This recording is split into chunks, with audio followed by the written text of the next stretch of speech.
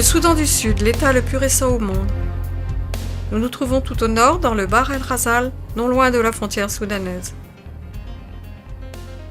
Pour ces nombreuses personnes, au total 405, le 13 septembre 2012 représentera une tournure décisive dans leur vie. Ces Sud-Soudanais étaient tous asservis dans le Soudan nord islamique.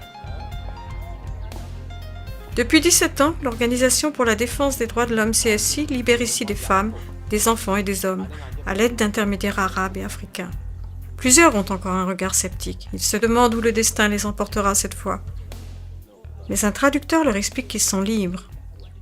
Ce n'est que peu à peu qu'ils se sentent en confiance.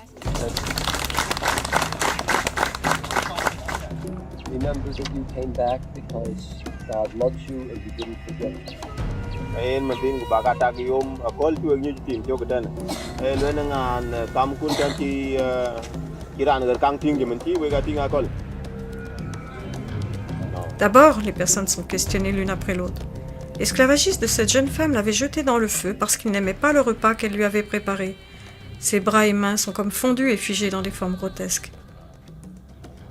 Le bas de la jambe de Garon Agwatong a été détruit par une balle qui était initialement destinée à sa mère.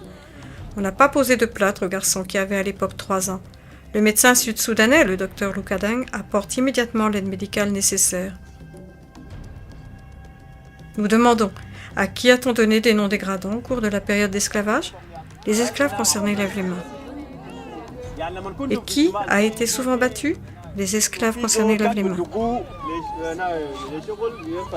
Cet homme raconte comment on a tranché la gorge de son épouse et de ses 2 enfants. Des personnes profondément traumatisées. La plupart des esclaves ont été forcés cruellement à se convertir à l'islam. Les bonnets islamiques blancs et le voile démontrent le succès de ces conversions. Ngo Hadal, par exemple, a inscrit musulman sur le formulaire d'enregistrement de CSI et récite le début du Coran. Bismillahirrahmanirrahim.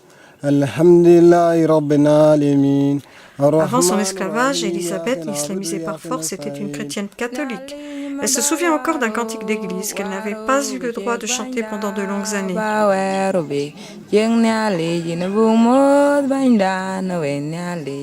Chaque personne est photographiée et enregistrée.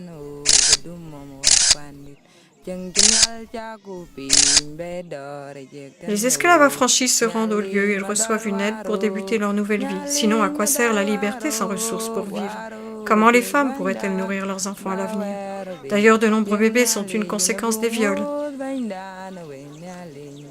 Un kit de survie CSI contient une moustiquaire, une bâche en plastique, une couverture, une marmite, un récipient d'eau, une faucille et d'autres ustensiles utiles.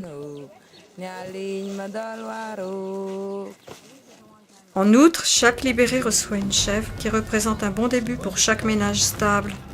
Qui est le donateur? Avec son nom sur une feuille, le donateur apprend à connaître la personne qui a reçu sa chèvre.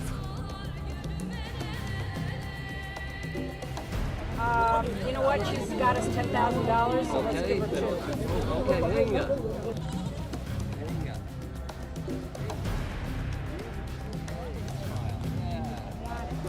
Au Soudan du Sud, cet homme se tenait derrière la caméra, Gunnar Wilbach. Il s'est rendu plus de 100 fois dans la région, mais le sort indicible de ces personnes le bouleverse encore et toujours plus. Viele dieser Menschen sind, die meisten dieser Frauen, die wir getroffen haben, sind voller natürlicher Würde und Anmut, trotz der erlittenen Qualen. Und das beeindruckt uns immer wieder.